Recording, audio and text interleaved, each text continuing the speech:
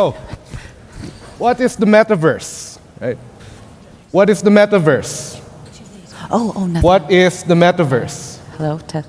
So before we go to this question, has anyone read the recent McKinsey report on value creation in the Metaverse that came out just a couple of weeks ago?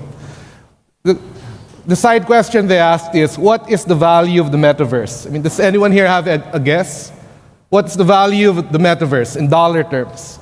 Anyone? So, according to McKinsey, it's $5 trillion, right? What is the Metaverse? This is a $5 trillion question. The Metaverse is valued by McKinsey at $5 trillion by 2030, the end of this decade. What is the Metaverse? Right? So according to McKinsey, according to Mark Zuckerberg in Meta, the Metaverse will be characterized by more immersive human interaction. The Metaverse will be the blurring of the boundaries between the digital and the physical worlds.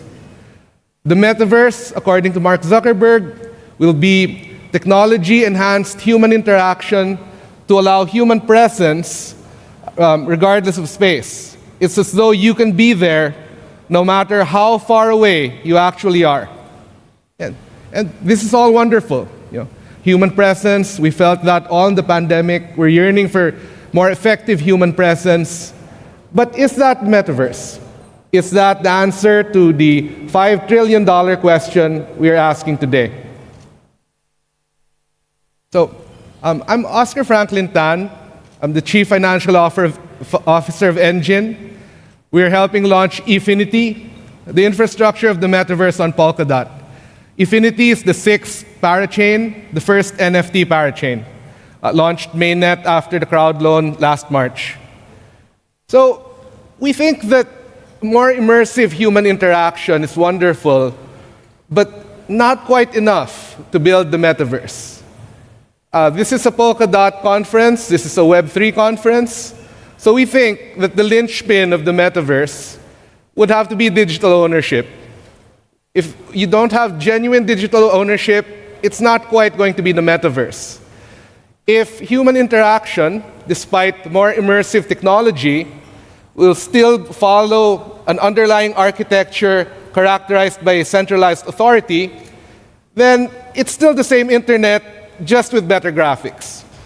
Perhaps that's not very interesting to all the people assembled here today. So, as we've been discussing since yesterday, we've had some amazing talks. Digital ownership, Web3, unlocks so many new models for human interaction.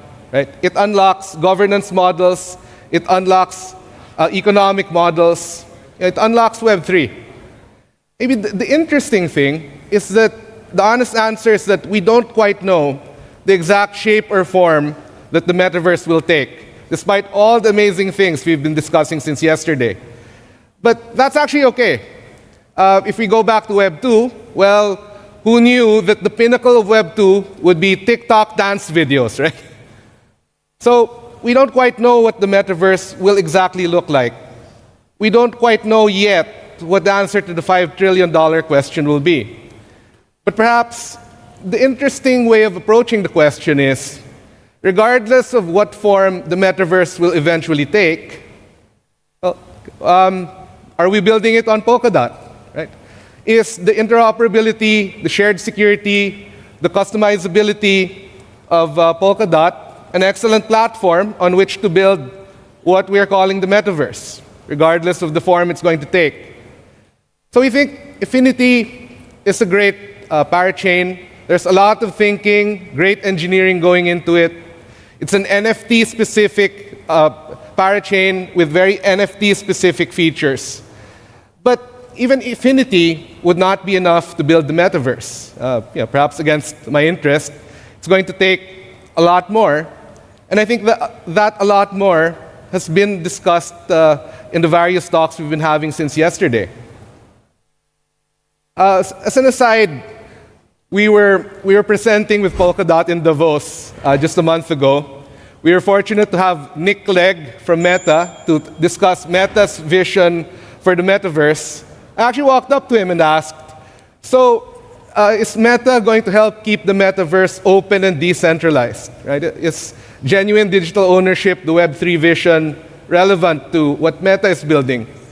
My best recollection of what he answered was, it's in Meta's sincere commercial self-interest to keep the Metaverse open and decentralized, because otherwise, maybe people won't use it. Maybe users won't think it's going to be fun. Maybe people will feel it's not genuine.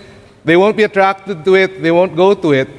So as I said, we're still not sure of what the exact shape or form the Metaverse will take. It's still unfolding. We're going to see how exactly it's going to be built. So aside from an open and decentralized architecture, right, we think that an emphasis on digital ownership should drive a broader vision of NFTs. So yes, we associate NFTs with nice pictures of apes. We associate NFTs with nice videos of basketball shots. But that's really just the alpha version of NFTs and the Metaverse. Right? We think NFTs can do a lot more. With Effinity, the vision would be that you need a chain that can help process NFT transfers by the tens of thousands per second. Waldemar for Integrity was just alluding to this vision right before I got on stage, right?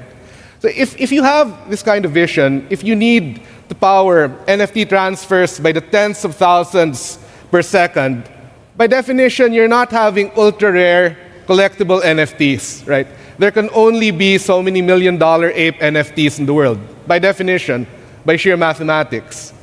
So if we have that kind of metaverse, where you're thinking of tens of thousands of NFT transfers per second, necessarily you're using NFTs not because they're just rare, collectible, but it's because they're underlying a new layer of human interaction. They're part of how we interact every day. So we developed a QR code distribution solution in Enjin called Beam. Right? We can distribute NFTs by QR code. We can post a QR code physically, say, put it right here on this podium. We can show it on screen. Everyone here can scan a QR code, get an NFT, just to say that you're here. Are you going to auction off these NFTs a year later? Will they be absolutely collectible? Maybe not. Will they be meaningful to everyone here, to remind us all that we're all here together? Probably. So, again, we need to broaden the vision of NFTs. NFTs, as you recall, is just any unique item. It can be many things. You can have an event ticket that's an NFT. It can give you access to the event. It can let you receive content later on. It can allow you to form a community around the content creator. We're interested in NFTs that do a lot of things. They can plug into platforms. They can be part of governance. They can show certain status, belonging in a certain community. Right? Now, many of the building blocks we're thinking that are a part of the metaverse are what we've been discussing. Some of these use cases are exactly familiar to you because they're what we've been discussing. So is Kilt here today? Has Ingo arrived? I see some Kilt shirts. Let's ask the Kilt team. Oh, there they are. Home court advantage. Yeah, Kilt owns Berlin, right? So Kilt team. I mean, can you maximize NFTs without digital identity? Yes? No? No. Yeah, okay. I'll take that as a no, right? So yesterday, Ingo was right here on this stage saying that Kilt has applications where you can assign a digital identity. You can use their technology to track the creator of an NFT separate from the current ownership. And that's very important. You can't have a content creation without verifying the creator, verifying that provenance, even using it to track physical goods, to track the manufacturer of a physical item, to track an NFT. Is that part of the metaverse? Yes. Is Moonbeam here, Sam? Right? So can you maximize NFTs without smart contracts? Ingo's also saying you can use Kilt applications on Moonbeam without even touching the Kilt network. The power of shared security and interoperability. Robonomics, is Sergey here? All right, I see Sergey right there. So Sergey, can you maximize NFTs without connections to physical networks? Of course not. So again, right before I got on stage, we had Miroslav here saying that NFTs connected to IoT networks, right, will be a key innovation in fighting climate change. So is that part of what we're going to say is the metaverse? Yeah, we would think so. Actually, let me just pause here and shill my good friend Sergey for a while. So we were together in Davos, and he stole the show. If I don't quite know if you can see it, it's a little small. But so he showed up in Davos, brought out his laptop, stole the show away from the presenters. And because if you look closely, right there in the center of the laptop screen is his robot dog. Okay? We were in Switzerland, and he said, I have my team on the other side of the planet in California with a Boston Dynamics robot dog controlled by my Polkadot JS wallet, which is loaded on my laptop. And by the way, he let me play with it. So, can you have a metaverse without a robot dog connected? Can you have a metaverse without a city of robot dogs connected? So, Sergey from Robonomics said, of course not, right? So I can go on and on. Akala, is Dan still here? I saw him in the audience a while ago. Dan, are you here? Yeah, there's a really, oh, there he is. Great party last night, I heard. So Dan, can you have a metaverse without AUSD, without a stablecoin? Can you have a content creator economy without ways of paying people? No. By the way, Dan drilled my whole team to say that AUSD is over-collateralized and non-algorithmic. We've been saying that as our script for the last few weeks, helping the ecosystem. So I could go on and on, right? We could go through the entire room. You know what the answer is going to be. Like, a lot of the infrastructure we're building here today is relevant to what we call the metaverse.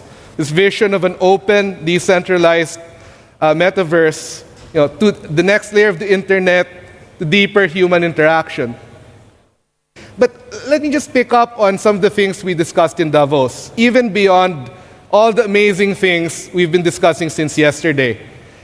So beyond economic models, beyond governance models, can Web3, can genuine digital ownership enhance human life on an even more fundamental level?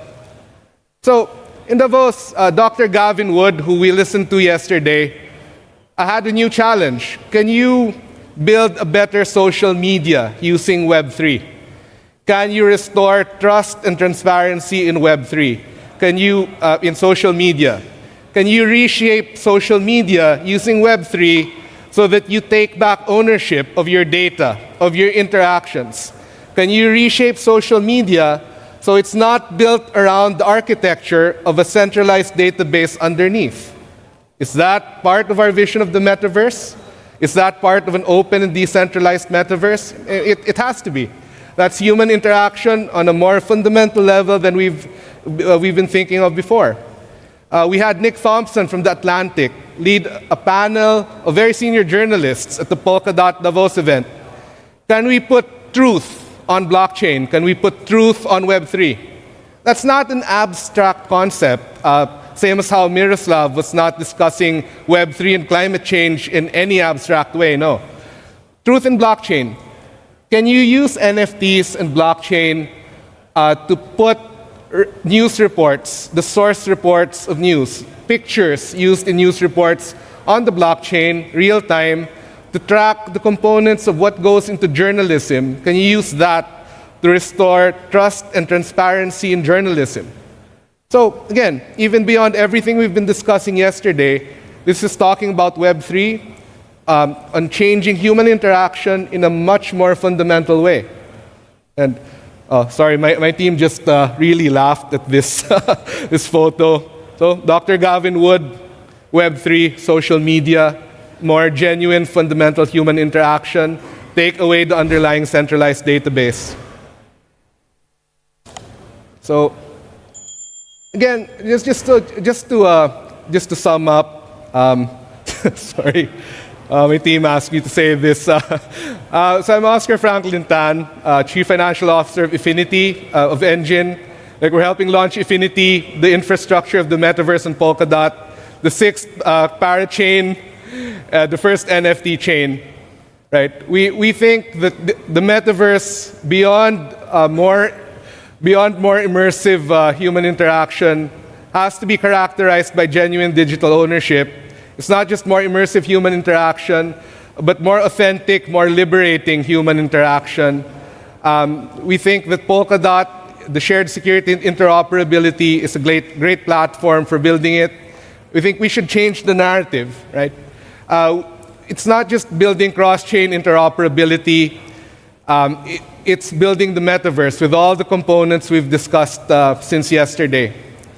And we think it's all going to be great. So we hope we build the metaverse together on Polkadot, on Effinity. So thank you, everyone.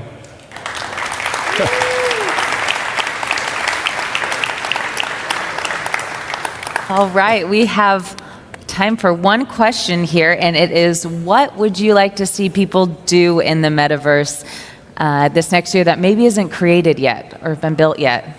Honestly, we think we'd like to see people do everything on the metaverse. I mean, everyone wants to see work conferences go to the metaverse, right? You can have training events, education go on the metaverse. You can have recreation, social go on the metaverse. Waldemar already described how gaming is probably the first use case, a very natural use case for the metaverse. So yeah, we don't know, and we're going to see. So many people are building, so many institutions are coming in. We ourselves for Effinity have some announcements lined up. So the year is not even halfway through. Exciting. Looking forward to those announcements. Yeah. Wonderful. Well, thank you so much, Oscar. Thank you.